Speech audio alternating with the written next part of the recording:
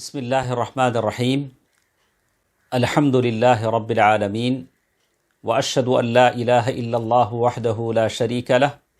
واشہد ان محمدا عبدہ ورسولہ صلی اللہ علیہ وسلم وعلی آلہ وصحبہ اجمعین اما بعد۔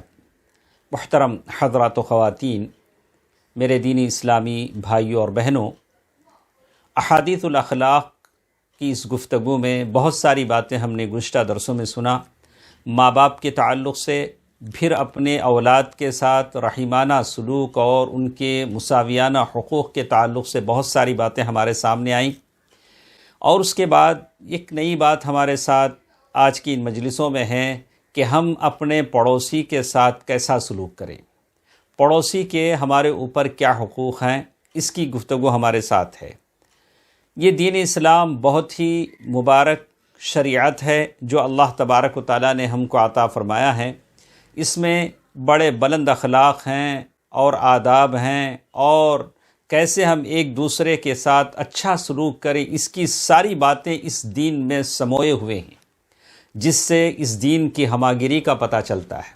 اس دین کی وسعت کا پتہ چلتا ہے۔ یہ دین چہار جانب سے ساری چیزوں کو، سارے حقوق کو گھیرے ہوئے ہے۔ بہت خوش نصیب ہیں وہ لوگ جو اس دین کو اپنائے ہوئے ہیں، اور وہ لوگ بھی خوش نصیب ہوں گے جو اس دین کو سمجھ کر اس دین میں داخل ہوں گے۔ تو اللہ تبارک و تعالیٰ کی حمد و ثنا ہے جس نے ہم کو اتنا اچھا دین عطا فرمایا، اور اللہ تبارک و تعالیٰ سے ہم دعا کرتے ہیں کہ اللہ تبارک و تعالیٰ اس دین کے اوپر چلتے ہوئے اس کے اخلاق کو، اس کے سکھائے ہوئے آداب کو ہمیں اپنانے کی توفیق دے۔ تو ان آداب میں سے، جیسے میں نے کہا، اخلاق حسنہ میں سے جس کی طرف اسلامی شریعت نے ہمیں بلایا ہے، ابھارا ہے، اپنانے کی تاکید کی ہے، وہ ہے پڑوسی کے حقوق۔ پڑوسی، اللہ اکبر، پڑوسی کیا ہوتا ہے؟ پڑوسی کیا ہوتا ہے، اس کے بارے میں ہم کیا جانتے ہیں؟ پڑوسی کا مطلب وہ ہے جس کا گھر آپ کے گھر سے قریب ہوتا ہے، اور اس سے آپ کی ملاقاتیں ہوتی ہیں۔ دن میں کئی مرتبہ وہ آپ کو دیکھتا ہے، آپ اس کو دیکھتے ہیں، اور یہ پڑوسی ہے جس کا حق اللہ تبارک و تعالیٰ نے آپ کو بتایا ہے، اس کا حق ادا کرنے کی تاکید کی ہے۔ اس سلسلے میں بہت ساری احادیث بھی آئی ہیں، اور کبھی اللہ تبارک و تعالیٰ نے اپنے حق کے ساتھ پڑوسی کے حق کو ملایا ہے، جیسے اللہ تبارک و تعالیٰ کا ارشاد ہے، وَاعْبُدُوا اللَّهَ وَلَا تُشْرِكُوا بِهِ شَيْئًا وَبِالْوَالِدَيْنِ إِحْسَانًا وَبِذِي الْقُرْبَى وَالْيَتَامَى وَالْمَسَاكِينِ وَالْجَارِ ذِي الْقُرْبَى وَالْجَارِ الْجُنُبِ وَالصَّاحِبِ بِالْجَنبِ وَابْنِ السَّبِيلِ وَمَا مَلَكَتْ أَيْمَانُكُمْ إِنَّ اللَّهَ لَا يُحِبُّ مَنْ كَانَ مُخْتَالًا فَخُورًا۔ سورۃ النساء آیت نمبر 30/6، جس میں اللہ تبارک و تعالیٰ ارشاد فرماتے ہیں، اور اللہ تبارک و تعالیٰ کی عبادت کرو اور اس کے ساتھ کسی کو شریک نہ کرو، اور ماں باپ کے ساتھ احسان سلوکی کرو، اور رشتہ داروں سے اور یتیموں سے اور مسکینوں سے اور قرابت دار ہمسائے سے اور اجنبی ہمسائے سے اور پہلو کے ساتھی سے اور راہ کے مسافر سے، اور ان تمام سے احسان سلوکی کرو جن کے مالک تمہارے ہاتھ ہیں، غلام کنیز۔ یقیناً اللہ تبارک و تعالی تکبر کرنے والوں اور شیخی خوروں کو پسند نہیں فرماتا۔ اللہ تبارک و تعالیٰ نے اس آیت میں آخر میں ہی بات کہی کہ اللہ تبارک و تعالیٰ شیخی خوروں کو پسند نہیں کرتا، تکبر کرنے والوں کو پسند نہیں کرتا۔ حقیقت میں جو لوگ تکبر کرنے والے ہیں،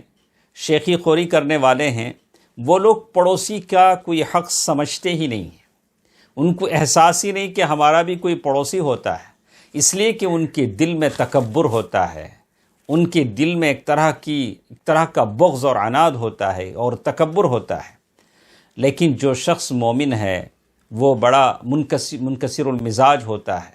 متواضع ہوتا ہے، اور وہ اللہ تبارک و تعالیٰ کا مطیع ہوتا ہے،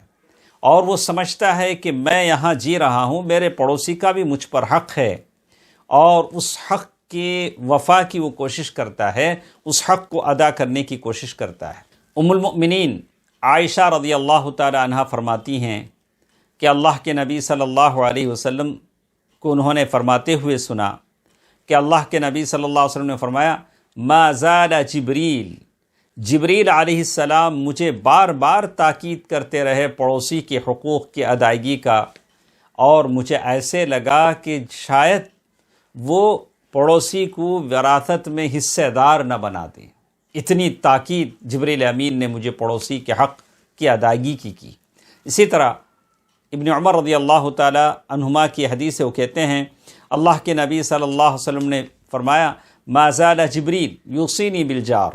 جبریل علیہ السلام مجھے بار بار تاکید کرتے تھے پڑوسی کے حق ادا کرنے کی، کہ مجھے ایسے لگا کہ کہیں اسے وہ وارث نہ بنا دیں۔ بخاری اور مسلم کی حدیث ہے۔ تو اللہ کے نبی صلی اللہ علیہ وسلم کی یہ بات، ما زال جبریل، ما زال کا یہ لفظ اس بات کو بتاتا ہے کہ تکرار کے ساتھ بار بار جبریل نے اللہ کے نبی صلی اللہ علیہ وسلم کو تاکید کی کہ پڑوسی کے ساتھ اچھا سلوک کریں، اس کے ساتھ احسان کریں، پڑوسی کی عزت کریں، اس کے حقوق کو ادا کریں، اور اس کے ساتھ خیر خواہی کریں، اس کے ساتھ رحم کے جذبے کو اپنائیں۔ اور جیسے اللہ کے نبی صلی اللہ علیہ وسلم کے الفاظ، کہا ظننت، مجھے ایسے گمان ہوا کہ کہیں اسے وارث نہ بنا دیں، میری وراثت میں حصے دار نہ بنا دیں۔ تو معلوم یہ ہوتا ہے کہ کتنا یعنی پڑوسی کا حق ہے کہ یہ چیز جبرائیل امین جو کہہ رہے ہیں اپنی طرف سے نہیں کہہ رہے ہیں، وحی من اللہ، اللہ تبارک و تعالیٰ کی طرف سے وحی ہے کہ پڑوسی کا اتنا حق ہے کہ اسے کہیں جائیداد میں وراثت دار وارث کا حق ٹھہرا نہ دیں، یعنی اس کے مال میں حق ہے، آدمی کے مال میں حق ہے۔ تو معلوم یہ ہوتا ہے کہ یہ حق اس لیے ہے کہ وہ آپ کے گھر کے قریب رہتا ہے، آپ کا پڑوسی، میرا پڑوسی میرے گھر کے قریب رہتا ہے، اس لیے وہ حق اسے بتایا گیا ہے۔ اور جب بار بار وہ آپ سے ملتا ہے، آپ اس کو دیکھتے ہیں، وہ آپ کو دیکھتا ہے، اور کبھی ایک دن میں کئی بار ایک دوسرے کا آمنا سامنا ہوتا ہے، ایک دوسرے کی مجبوریوں کو، حاجتوں کو سمجھتے ہیں، جانتے ہیں، اور کبھی پڑوسی آپ کو اس کی ضرورت ہوتی ہے اور کبھی پڑوسی کو آپ کی ضرورت ہوتی ہے، یعنی یہ پڑوسی ہیں، اور اس لیے کہ دونوں کے گھر آس پاس ہیں۔ عبداللہ بن عمرو بن العاص رضی اللہ تعالیٰ عنہ فرماتے ہیں، اللہ کے نبی صلی اللہ علیہ وسلم نے فرمایا، اللہ تبارک و تعالیٰ کے نزدیک سب سے زیادہ وہ اچھا ہے جو اپنے دوستوں سے زیادہ، دوستوں کے نزدیک زیادہ اچھا ہے، وخیر الجیران، اور سب سے بہترین پڑوسی وہ ہے اللہ تبارک و تعالیٰ کے پاس جو اپنے پڑوسیوں سے زیادہ بہتر ہے، خیر ہے اپنے پڑوسیوں کے لیے۔ امام احمد کی روایت ہے۔ تو اس میں یہ حدیث میں بات بتائی گئی کہ اللہ تبارک و تعالیٰ کے پاس سب سے قریبی، اللہ کے پڑوس میں سب سے قریب وہ آدمی ہوگا، اور اس آدمی کی بلند شان ہوگی جو اپنے پڑوسیوں کے لیے زیادہ نفع پہنچانے والا ہوگا۔ اللہ اکبر۔ ہم مسلمانوں کو ان باتوں کو سمجھنا چاہیے کہ آج ساری دنیا مجھ سے خوش ہے، سارے آس پاس کے لوگ خوش ہیں، میرا اپنا پڑوسی مجھ سے ناراض ہے، تو اس سے فائدہ کیا ہے؟ تو یہاں تو بات کہی جا رہی ہے کہ اللہ تبارک و تعالیٰ کے قریب وہ شخص زیادہ قریب ہے جو اپنے پڑوسی کے لیے زیادہ نفع بخش ہے، جو اپنے پڑوسی کی حالت کو جانتا ہے، اس کے ساتھ صلہ رحمی کرتا ہے، اس کے ساتھ احسان سلوکی کرتا ہے، اور اس کے حقوق کو ادا کرتا ہے۔ تو یہ حدیث اس بات کی طرف دعوت دیتی ہے، اس بات پر ابھارتی ہے کہ ہم پڑوسیوں کے حقوق کو ادا کریں، لیکن کس لیے؟ اس لیے کہ اللہ تبارک و تعالیٰ سے ثواب کی امید رکھتے ہوئے۔ مجھے کہنا آپ سے یہ ہے کہ اگر اللہ تبارک و تعالیٰ سے ثواب کی امید رکھتے ہوئے ہم اپنے پڑوسی کے حقوق کا خیال کریں گے کہ کل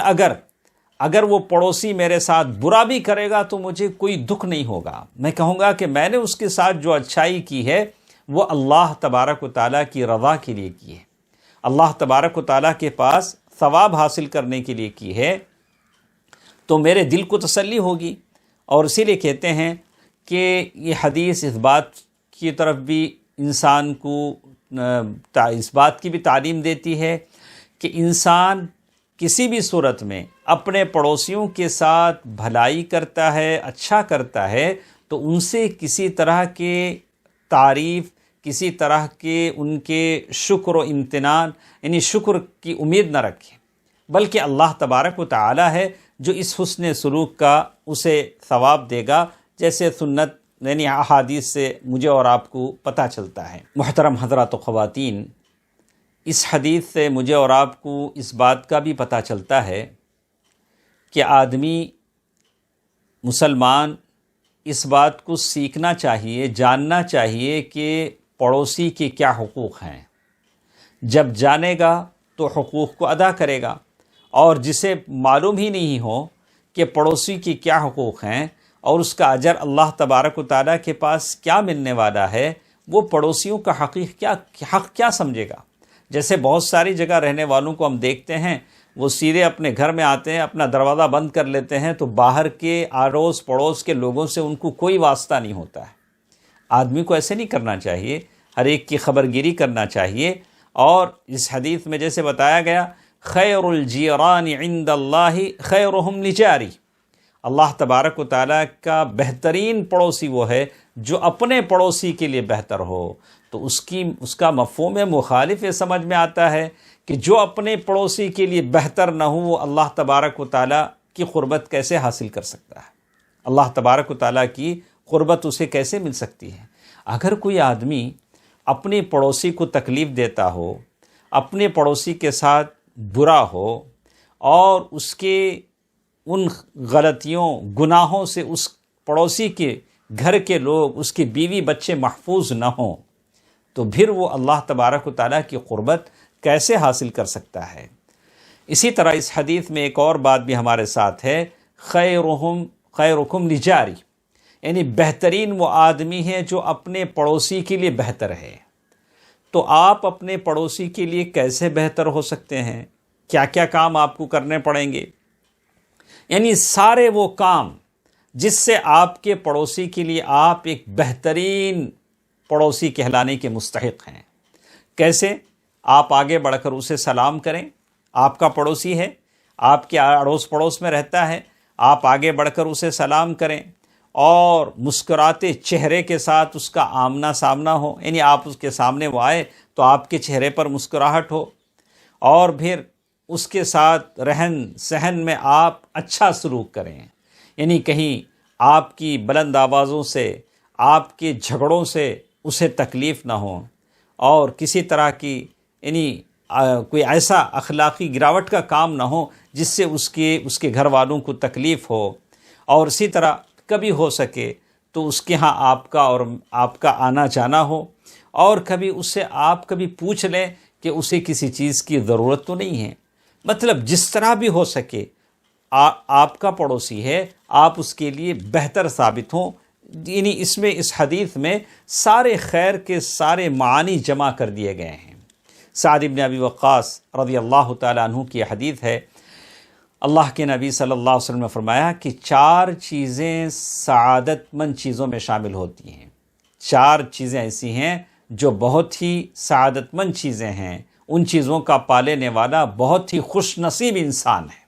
4 چیزیں جس کو مل جاتی ہیں، المرأة الصالحہ، نیک عورت جس کو مل گئی وہ خوش نصیب ہے، بہت ہی سعادت مند ہے، خوش بخت ہے۔ المسکن الصالح، المسکن الواسع، اگر کسی کو کشادہ گھر مل جاتا ہے تو وہ بھی سعادت مند آدمی ہے۔ الجار الصالح، کسی کو اچھا پڑوسی مل جاتا ہے، نیک پڑوسی مل جاتا ہے، وہ بھی بہت سعادت مند آدمی ہے۔ والمرکب الہنی، کسی کو اچھی سواری مل جاتی ہے، وہ بھی خوش نصیب انسان کہلاتا ہے۔ اسی لیے لوگوں نے کہا اطلب الجار قبل الدار، یعنی گھر دیکھنے سے پہلے پڑوسی کو دیکھو کہ پڑوسی کیسا ہے۔ اور اسی طرح بتایا گیا کہ 4 چیزیں ہیں جو شقاوت کا سبب ہیں، جو سعادت مندی کے بالکل خلاف ہیں۔ اس میں سے کہا کہ الجار السوء، یعنی برا پڑوسی، اور وہ عورت جو بد مزاج ہو، المرأة السوء، المسکن الضیق، تنگ گھر ہے، والمرکب السوء، اور اسی طرح ایسی سواری ہے جو اچھی نہیں ہے اور آرام دہ نہیں ہیں، اور اس کے الگ الگ تفسیریں علماء نے بیان کی ہیں۔ اسی طرح نافع بن عبد الحارث رضی اللہ عنہ کہتے ہیں کہ پہلی جو روایت ہم نے بیان کی وہ ابن حبان کی ہے، اور اسی طرح بعد کی حدیث میں جو امام بخاری نے الادب المفرد میں بیان کیا ہے، جس میں کہا کہ اللہ کے نبی صلی اللہ علیہ وسلم نے فرمایا من سعادت المرء المسلم، یعنی ایک مسلمان آدمی کی سعادت مندی اس میں ہے کہ اس کے پاس کشادہ گھر ہو، اور اس کا پڑوسی نیک ہو، اور اس کے پاس اچھی سواری ہو۔ تو بالکل یہ بات سمجھ میں آتی ہے کہ یہ چیزیں دنیا کی نعمتوں میں سے ہیں کہ اللہ تبارک و تعالی مجھے اور آپ کو اگر اچھا اور صالح اور نیک پڑوسی دیتے ہیں تو یہ آدمی کے لیے بہت ہی اچھی بات ہے، اس لیے کہ وہ نیک پڑوسی اس کے لیے نمونہ ہوتا ہے، اس کے بچوں کے لیے نمونہ بن جاتا ہے۔ خیر میں جب وہ نیک ہوگا تو یہ اور اس کے بچے نیک ہو جائیں گے، اور بالکل اس کی تکلیف سے جب نیک ہوگا اس کی برائیوں سے سارے گھر والے محفوظ رہیں گے۔ یہاں تک کہ ہم دیکھتے ہیں کہ بعض ایسے لوگ جو نیک نہیں ہیں، جو ایسے بدمزاج لوگ یا ایسے لوگ جو گنہگار ہوتے ہیں، ایسے لوگ بھی جب ان کے اڑوس پڑوس میں کوئی اچھا پڑوسی آ جاتا ہے، نیک پڑوسی آ جاتا ہے، تو وہ لوگ بھی اپنے آپ کو سعادت مند سمجھتے ہیں، اور وہ نہیں چاہتے کہ انہی جیسا کوئی پڑوسی ان کا آئے، حالانکہ وہ برا ہے، لیکن اس کے پڑوس میں کوئی نیک آدمی آ جاتا ہے تو وہ بھی خوش ہو جاتا ہے۔ اور اسی طرح ہم دیکھتے ہیں کہ اگر برا پڑوسی اگر مل جاتا ہے تو یہ آدمی کے لیے ایک بڑی مصیبت بن جاتی ہے، بڑی مصیبت بن جاتی ہے، آزمائش بن جاتی ہے۔ خاص کر ایک ایسے جگہ میں کرائے کا گھر ہے تو آدمی اگر برا پڑوسی ہے تو دیکھے گا گھر بدل لے گا، لیکن ایک آدمی ہے اپنا خود اس کا خاص مکان ہے، اگر اس کا پڑوسی برا آ جاتا ہے اور اس نے اس مکان کو بنانے کے لیے بہت سارے پیسے خرچ کیے ہیں، بہت محنت صرف کیا ہے، اور پھر اچانک اسے پتہ چلتا ہے کہ بھائی جس مکان کو میں نے دن رات محنت کر کے بنایا، اللہ تعالیٰ نے ایسا اتنا اچھا گھر دیا، لیکن پڑوسی غلط نکلا، تو پھر اس کی ساری خوشیاں غموں میں بدل جاتی ہیں، اور وہ اپنے اس گھر میں سکون نہیں پاتا، اس کا دل مطمئن نہیں ہوتا۔ وہ اپنے بچوں بیوی کے بارے میں وہ سمجھتا ہے کہ اس پڑوسی کے غلط اثرات میری بیوی پر ہوں گے اور بچوں پر ہوں گے، اور اسی لیے اللہ کے نبی صلی اللہ علیہ وسلم نے ایسے پڑوسی سے اللہ تبارک و تعالیٰ کی پناہ مانگنے کی بات کہی، پناہ مانگ کہا۔ عن ابی ہریرہ رضی اللہ عنہ، حضرت ابو ہریرہ رضی اللہ تعالیٰ عنہ فرماتے ہیں قال رسول اللہ صلی اللہ علیہ وسلم تعوذوا باللہ، اللہ تبارک و تعالیٰ کی پناہ میں آؤ، کس سے؟ اس برے پڑوسی سے، فی دار المقامہ، جو ٹھہرنے کی جگہ میں، ٹھہرنے کی جگہ میں مطلب ایک ایسی جگہ جہاں آپ کو رہنا ہے، سفر میں ہیں، ٹرین میں ہیں، بس میں ہیں، یا کسی مختصر مدت کے لیے آپ ٹھہر رہے ہیں، تو پڑوسی گرچہ کے ساتھ میں رہنے والا برا ہو، 2-4 دن رہے گا، جدا ہو جائے گا، لیکن مستقل سکونت جہاں آدمی کی ہے وہاں کے پڑوسی سے اللہ تبارک و تعالیٰ کی پناہ چاہو۔ کہا فجار الصوفی دار المقامہ، یعنی ٹھہرنے کی جگہ میں ایسا پڑوسی آ جاتا ہے تو اس کی برائی ہمیشہ کے لیے ہمارے ساتھ ہو جاتی ہے۔ اسی لیے ابو ہریرہ رضی اللہ تعالیٰ عنہ کی ایک اور حدیث جس میں اللہ کے نبی صلی اللہ علیہ وسلم نے فرمایا من کان یؤمن باللہ والیوم الآخر فلا یؤذی جارہ، جو اللہ اور اس کے رسول پر ایمان رکھتا ہے وہ اپنے پڑوسی کو تکلیف نہ دے۔ وَمَنْ كَانَ يُؤْمِن بِاللَّهِ وَالْيَوْمِ الْآخِرِ فَلْيُكْرِمْ ضَيْفَهُ، جو شخص اللہ اور اس کے رسول پر ایمان رکھتا ہے وہ اپنے مہمان کی عزت کرے۔ جو شخص اللہ اور اس کے رسول پر ایمان رکھتا ہے بولے تو اچھی بات بولے یا خاموش رہے۔ یہ حدیث بخاری اور مسلم نے اس کو روایت کیا ہے۔ اس حدیث میں 2 ہی باتیں، بنیادی باتیں بتائی گئی ہیں، کہ وہ یہ کہ اللہ کے نبی صلی اللہ علیہ وسلم نے اس حدیث میں الایمان باللہ والیوم الآخر، اللہ پر ایمان کی بات کہی اور آخرت کی دن پر ایمان کی بات کہی۔ اللہ جس کی طرف آدمی رجوع ہوتا ہے ہر معاملے میں، اگر اللہ تبارک و تعالیٰ کے سامنے جواب دہی کا مجھے ڈر ہے، اللہ تبارک و تعالیٰ کے سامنے کھڑے ہو کر مجھے اپنے پڑوسی کے بارے میں جواب دینے کا ڈر ہے، اور آخرت کا وہ دن جس دن میرا پورا حساب لیا جائے گا اس کا ڈر ہے، تو میں کبھی اپنے پڑوسی کے ساتھ غلط نہیں کروں گا۔ تو اس حدیث سے اس بات کا بھی پتہ چلتا ہے کہ اگر میرا اور آپ کا دل ان دونوں چیزوں سے بھر جاتا ہے، یعنی اللہ تبارک و تعالیٰ پر ایمان، اللہ تبارک و تعالیٰ پر ایمان سے، اور پھر ساتھ ساتھ یوم آخرت پر ایمان سے، تو میں اللہ تبارک و تعالیٰ کی اطاعت اور بندگی میں بالکل استقامت کے ساتھ چلتا ہوں، میں پڑوسی کے حقوق بھی ادا کرتا ہوں اور سارے کام بالکل صحیح کرتا ہوں۔ کچھ باتیں انشاءاللہ اگلے درس میں ہمارے ساتھ رہیں گی۔ آج کی اس درس میں ہم نے یہی سمجھا کہ پڑوسی چاہے وہ آپ کا ہو اور میرا ہو، اس کے ساتھ حسن سلوک کرنے کی اسلام مجھے اور آپ کو تعلیم دیتا ہے، خاص کر آج کے اس زمانے میں جہاں مسلمانوں کے خلاف ایک طرح کی یلغار ہے دشمنوں کی، مسلمانوں کے اخلاق پر، مسلمانوں کی رہن و سہن پر، مسلمانوں کے سلوک پر۔ تو ایسے حالات میں مجھے اور آپ کے لیے ضروری ہے کہ اپنے اڑوس پڑوس کے ساتھ ایک اچھا سلوک کریں، ایک اچھا تأثر دیں، اپنے اسلام کے بلند اخلاق کو ان کے سامنے پیش کریں۔ اللہ تبارک و تعالی مجھے اور آپ کو عمل کی توفیق دے، آمین۔ والسلام علیکم ورحمۃ اللہ وبرکاتہ۔